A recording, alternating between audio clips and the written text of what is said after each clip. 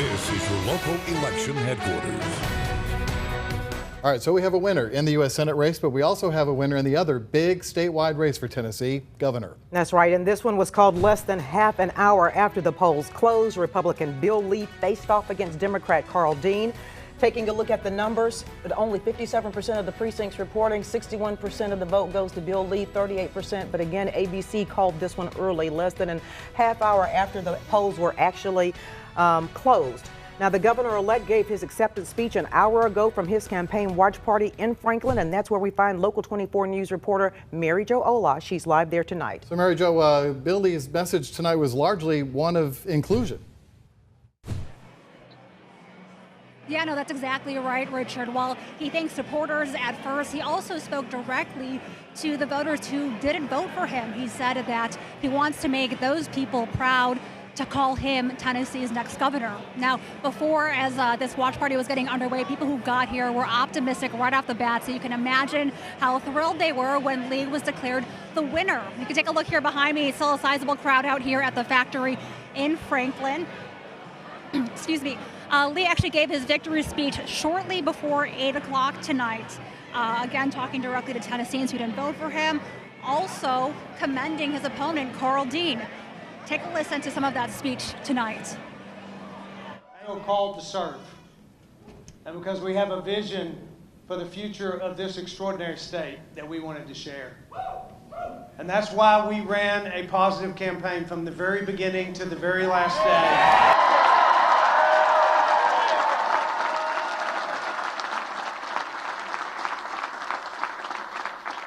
Because we wanted to. Now, adding to that message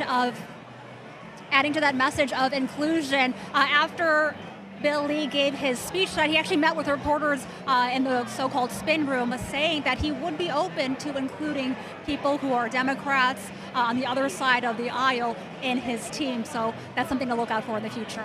Reporting live from Franklin for your local election headquarters, Mary Jo Ola, Local 24 News. Mary Jo, while we have you, let me ask you real quick, because you had tweeted that there was maybe some bad blood between the Dean folks and the Lee folks, that maybe he accepted victory too soon and they were wanting to wait for Davidson and Shelby to come in first. Can you clarify that?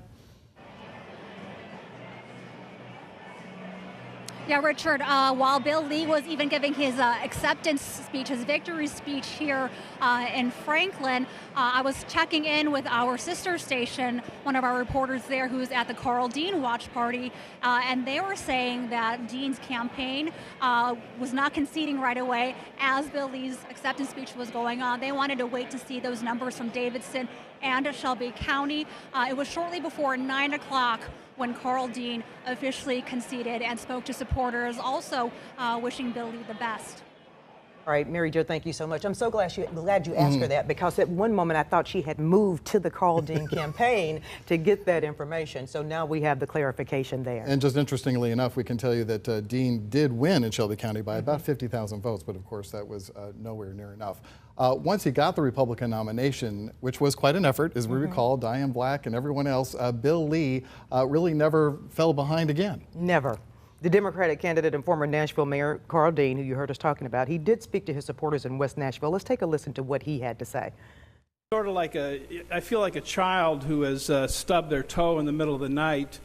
I'm too old to cry, and it hurts too much to laugh. So that's kind of how I feel right now. Well, let's get some perspective on that, right? On how things are going so far. We're going to get that perspective with Local 24 News political analyst and commentator Otis Sanford. And he is joined by Shelby County GOP Chairman Lee Mills. Thank you both for being with us and staying with us through all these twists and turns tonight. And first question for you, Otis, just how quickly these races were called and how strong the Republican support seemed to be, especially in the Senate race. I got to say, we really underestimated just how close this was or would be, or at least the polls certainly did. I mean, look at this. Yeah, Richard, I think that everybody probably underestimated the excitement that was also on the Republican side. Republicans had the excitement in addition to having the numbers. The numbers statewide always favored Republicans. The question was going to be whether there was going to be excitement or not. And the answer to that question came loud and clear. that there was huge excitement on the Republican side, and that's why the numbers are where they are. I am still surprised that it was called so early, though. I was surprised that it was called early, too. But 4 weeks ago, I would have questioned you about that enthusiasm. But Brett Kavanaugh lit a fire under Republicans. And when I saw Republicans voting early, I knew it was a good sign for Republicans. Yeah. Okay, gentlemen, let's talk about some controversy tonight involving Marsha Blackburn's stop at Gibson Donuts this morning. Now, Gibson responded on Twitter. We would just like all of Memphis to know that we did not host and do not support Marsha Blackburn. She simply came to our store to buy donuts, and we sold her donuts, as we do anyone else who walks through our door, as we always have done. Are you surprised that people lashed out at Gibson? Since I've been in the Memphis area, politicians always stop by there to get donuts. It's the place you go to, right? Right. It's not just donuts. They even stop by barbecue joints, and nothing is said. Are you surprised at the backlash that they received over this? I just think this is just another example of how divisive our politics have become. People get upset sometimes over the most trivial thing. I think this is very trivial. But again, it tells us where we are politically, not just in Memphis and Shelby County, but in this nation. I agree. It's a little ridiculous to me that they take up a donut shop for selling donuts to somebody. It's kind of like the cake deal. You know, it shouldn't be an issue of who you are or what you do. Just sell a donut and let's keep moving. Right. I agree.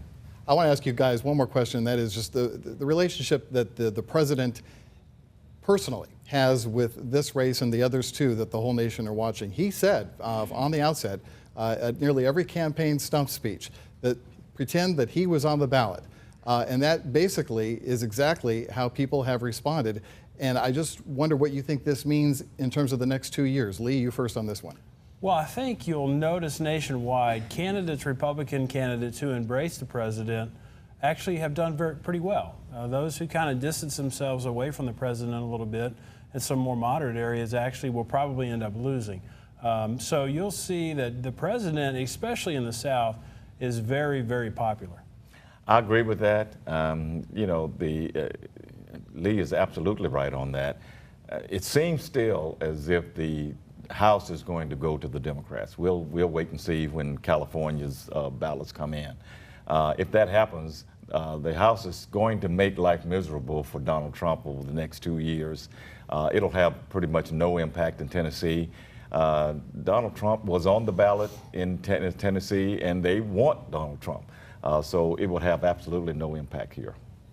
All right. Thank you, gentlemen. We'll be checking back with you later. This is a night when there are so many races to mention that we can't even begin to start, but that's okay. We have you covered a number of ways with all the results on localmemphis.com, not to mention our mobile app, as well as scrolling at the bottom of your screen and what you're seeing right now. Including U.S. House races, the Arkansas governor's race, which has already been called, by the way. Keep it right here for this special edition of your local election headquarters.